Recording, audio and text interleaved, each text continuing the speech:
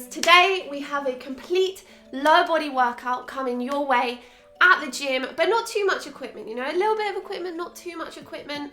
We're gonna build some muscle. We're gonna build some muscle in our legs, build some muscle in our glutes, strengthen those legs, shape them, and also do a little bit of functional training along the side. You guys know I love my functional training. I feel like it's a really nice way to move and to prepare ourselves for whatever life throws at us, because we never know. You know, you never know when you need to be running for the bus. You never know if you're gonna be having to run into that getaway car. You know, I'm not judging, but you never know.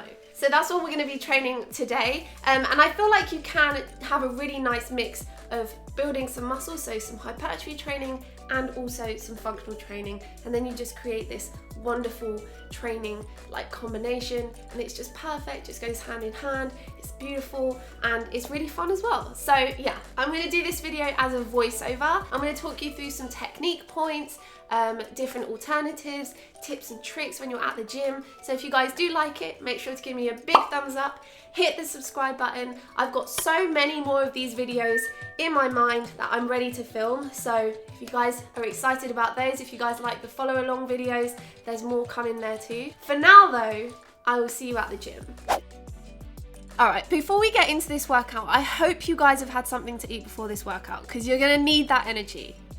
So first up, we got some front squats. Front squats shouldn't be as strong as your back squats, so whatever you're used to doing for back squats, take that weight down, because you're really going to feel this more in your legs and your quads specifically. I personally really like alternating between front and back squats because you target different muscle groups, and with front squats you also engage your core a little bit more as well. So with the front squat, you want to squat down just past 90 degrees. The weight's going to go through the heels and not the toes, and your foot position is slightly wider than hip width apart, with the toes in line with the knees pointing out a little bit. It's really important to keep your back at a very similar angle throughout this move, so you're never leaning forward too much. In terms of where the barbell should be, the weight should be going through the front delts. It shouldn't be resting on your collarbones or your wrists or your hands. And that's one of the biggest feedbacks I get, is that it hurts your wrists and your hands, and it shouldn't really, because the weight should be going on your front delts.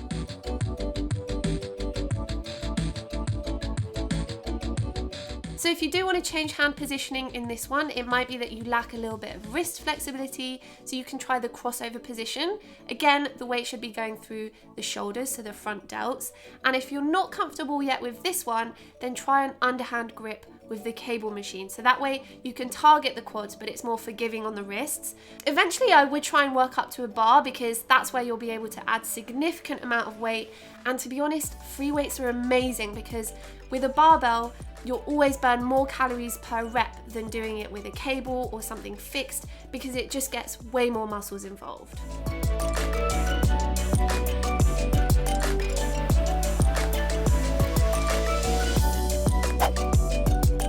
So next up we have plate cleans to overhead. I love this move.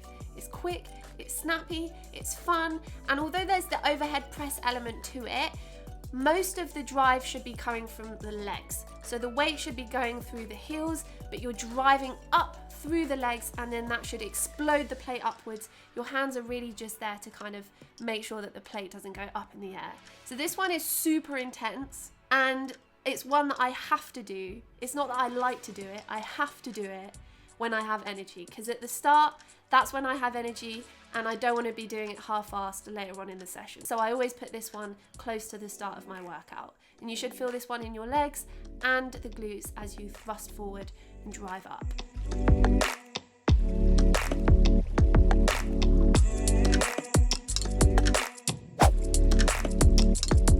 For the third move, we've got some pulsing, alternating toe touch side lunges. Bit of a mouthful, but I think you guys get me. It's really important with this one to take a wide stance. If you go too narrow, you'll just have to engage the back to touch your toes, whereas the movement should be mainly coming from the knee bend.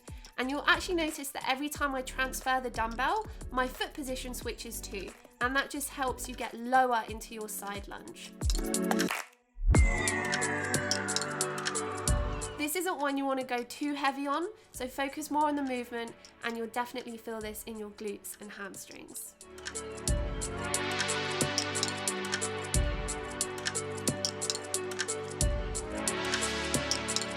Then I moved on to a contralateral lunge. So when we load something contralaterally, it just means that we're adding weight to the opposite side of the working leg. So this means that your core is going to have to work extra hard to maintain balance whilst we're doing the move. Again, the lunge technique is the same as you've done them in the past, so 90-degree angle through the hip, to the knee, front and the back legs. Everywhere I need to see 90-degree angles. I'm going to be getting my protractors out, so you guys know what I mean. That's what I'm looking for in a nice lunge. And again, it's really important to keep that knee facing forward at all times and making sure that it doesn't wobble over or cave in. And if it does, then just lower the weight. But you should feel this in your glutes and your quads a little bit, but mainly in your glutes. You guys know in a lot of my moves when I use asymmetric loading that I like to have a rack hold, but sometimes I get feedback saying that it hurts your wrist, and it should never hurt your wrist. The reason it shouldn't hurt your wrist is because really the weight is actually here. It's on my forearm and my bicep, so my wrist actually shouldn't have any weight at all going through it, so it shouldn't hurt your wrist at all. The idea is to keep your a straight arm from your elbow to your knuckles. You don't want to start doing that because then it will start hurting your wrist. You want to keep your wrist nice and straight, and then the weight should just be loaded onto the top of your arm. And again, you want to keep the shoulder nice and back. You don't want to hunch forward. You don't want to send it back like a shopping bag. You just want to have it right in front of you, tense the core, and it's as if basically nothing has changed in your posture. That's how you should hold a proper rack hold. Next, we're moving on to a curtsey step down lunge. So we're going to go for 3 sets of 8 on both sides. That means that we're doing 6 total sets and 3 on each side. The reason I added a step is because it creates a greater range of motion when going into the curtsey lunge. But if you can't be bothered to set it up, don't worry about it. It's just that if you like the challenge, then it's there for you. Just make sure that with these, your knee on the front leg is in line with the foot and the hips and torso are facing forward. And you should really feel your glutes working. It's like a little bit of a glute stretch, and then you're also engaging the glutes. Nice little combo.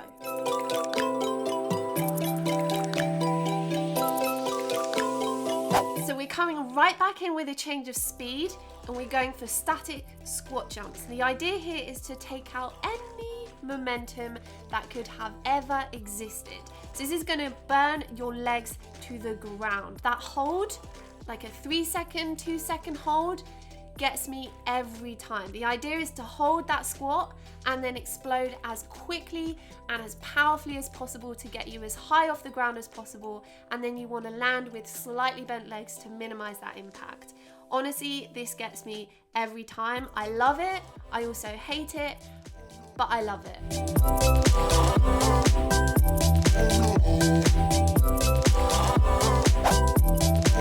So now we're coming to the end. We've got some hip thrusts. I've added a tempo variation here to increase the power in the glutes by moving quickly in the concentric phase, so on the way up, and then slowly on the eccentric phase, so that's the way down. And the idea is to increase speed and power and target your fast twitch muscle fibers on the way up, and on the way down we're going to be targeting muscle growth because we've got a longer time and attention.